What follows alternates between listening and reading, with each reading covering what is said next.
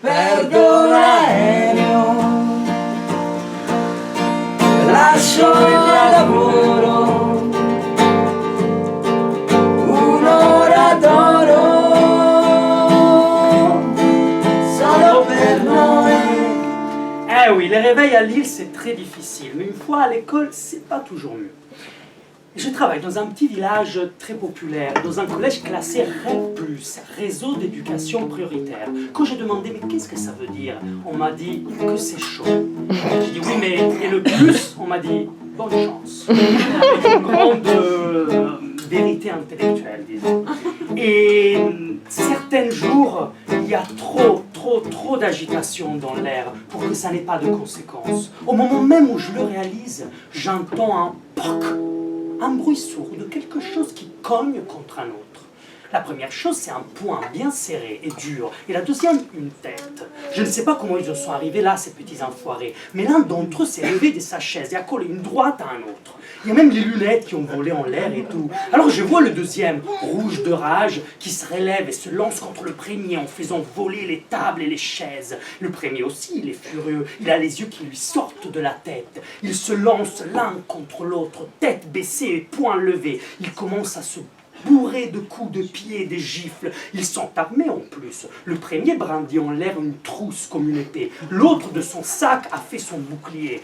C'est là que j'interviens, au milieu de cette bataille épique, pour leur mettre à chacun une main sur la tête et les garder à distance. C'est pas simple non plus, hein, parce qu'ils se démènent, ces foubarges. Mais vous êtes malades ou mentaux ou quoi? Vous allez vous arrêter que je crie. Les autres élèves semblent des ultras, en plein match pour le titre. Ils hurlent, rient, encouragent leurs gladiateurs à continuer la bagarre. Heureusement que la femme de ménage intervient. Alors je prends un des deux gamins comme un sac de patates et je le balance pratiquement hors de la salle. C'est celui qui a tiré le premier coup. D'ailleurs, il est plutôt petit, donc il vole vraiment dehors comme s'il avait des ailes. Mais quand il se relève, il est encore plus fou qu'avant. Rien ne peut l'arrêter. Il veut rentrer à nouveau et continuer à combattre. Quand je l'en empêche, il commence à foutre des poings contre le mur. Je sors à nouveau dans le couloir et je claque la porte derrière moi en laissant la vieille dame dedans pour contrôler. Hugo, mais t'as perdu la tête ou quoi? Qu'est-ce qui te prend? Le gamin est en sueur, il tremble de rage et serre les dents. Je veux le buter, ce connard. Mais mec, que je lui dis, t'as vu dans quel état tu te mets? Tu veux me dire qu'est-ce qui se passe? Il résiste plus, le petit Hugo, il se met à chialer. Il m'a traité de fils de pute, ce bâtard. Il m'a traité de fils de pute. Selon les règles de leur société, on peut s'insulter de tout, sauf le fils de pute. Ça touche à la mère, ça. Et selon la constitution de la street, c'est la ligne à ne pas franchir.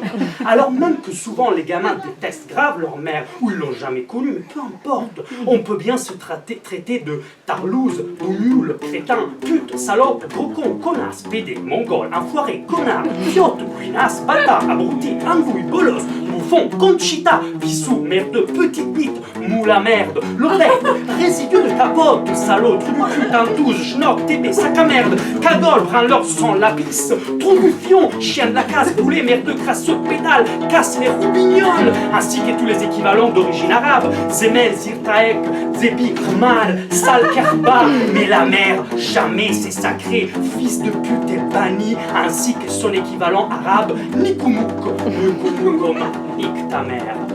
En tant que Rital, je peux comprendre. Mais mec, mais c'est pas une raison pour lui foutre une baffe quand même. Mon père, il m'a appris qu'il faut pas se laisser faire à l'école. Si on m'insulte, moi je réponds. Qu'est-ce qu'on peut y faire? C'est comme ça par ici. Faut se faire justice soi-même. Ouais, sauf que l'autre là, il n'a aucune idée de qui est ta mère. On est d'accord? Il ne comprend pas où je veux en venir, mais il hoche la tête. Je continue. Donc, on est d'accord que quand il dit que ta mère est une pute, il ne le dit pas parce qu'il le pense, mais parce qu'il veut te foutre la rage, tu crois pas?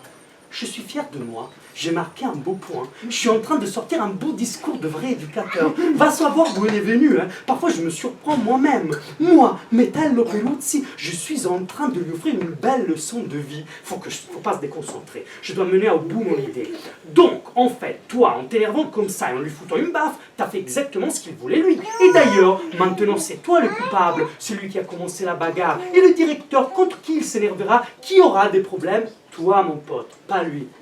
Il me regarde, les yeux grands ouverts. Putain, Il m'écoute pour de vrai, ça ne m'est jamais arrivé. Je suis inspiré, je sers à quelque chose.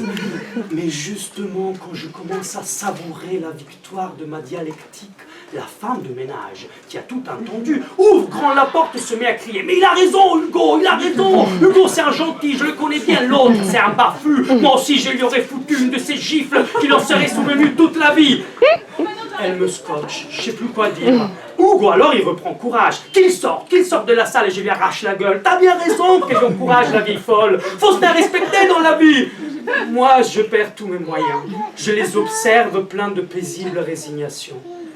Certaines choses ne peuvent pas changer comme ça du jour au lendemain. Ça ne suffit pas un petit discours moralisateur d'un quelconque prof d'italien. Certaines choses ne changeront peut-être jamais. Bravo.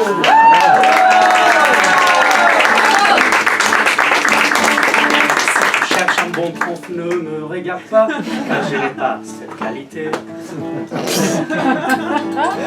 Si tu cherches riche et charmant, ce n'est pas moi.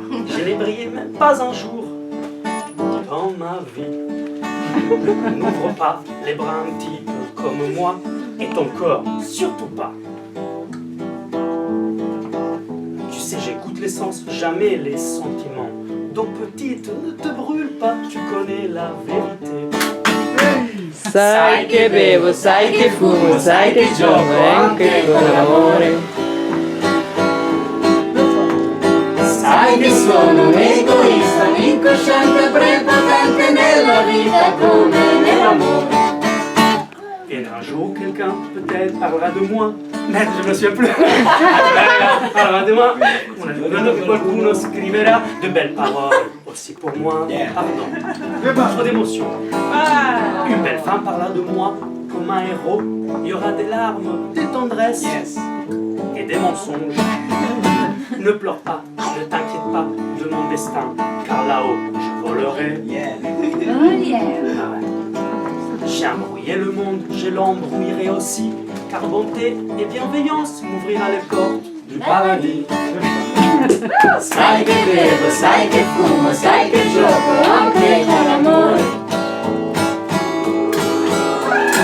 Sai che sono un egoista, un incosciente, prepotente nella vita come nell'amore.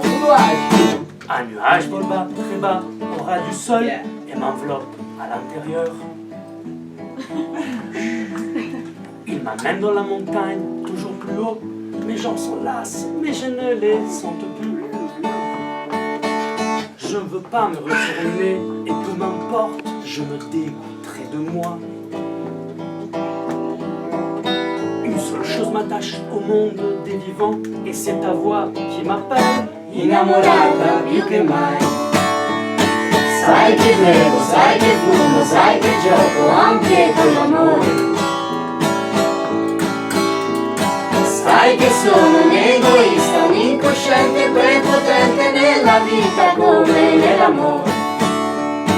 Sai che bevo, sai che fumo, sai che gioco sans aucun regret. Moi, je recommencerai. J'ai embrouillé le monde, à tous j'ai toujours menti. Et personne ne l'a jamais su, peut-être la seule, c'est stata tu. T'as compris que j'ai lutté comme les autres pour la vie, et au final je peux être perdu. Una lacrima di più. Sai che bevo, sai che fumo, sai che gioco anche con l'amore. Sai che sono un egoista, un incosciente, prepotente nella vita come nell'amore. Edoardo, ringrazio la musica, Sina Rebello, un show Congas, che mi fa non si può più ragazzi. Grazie mille. Merci beaucoup.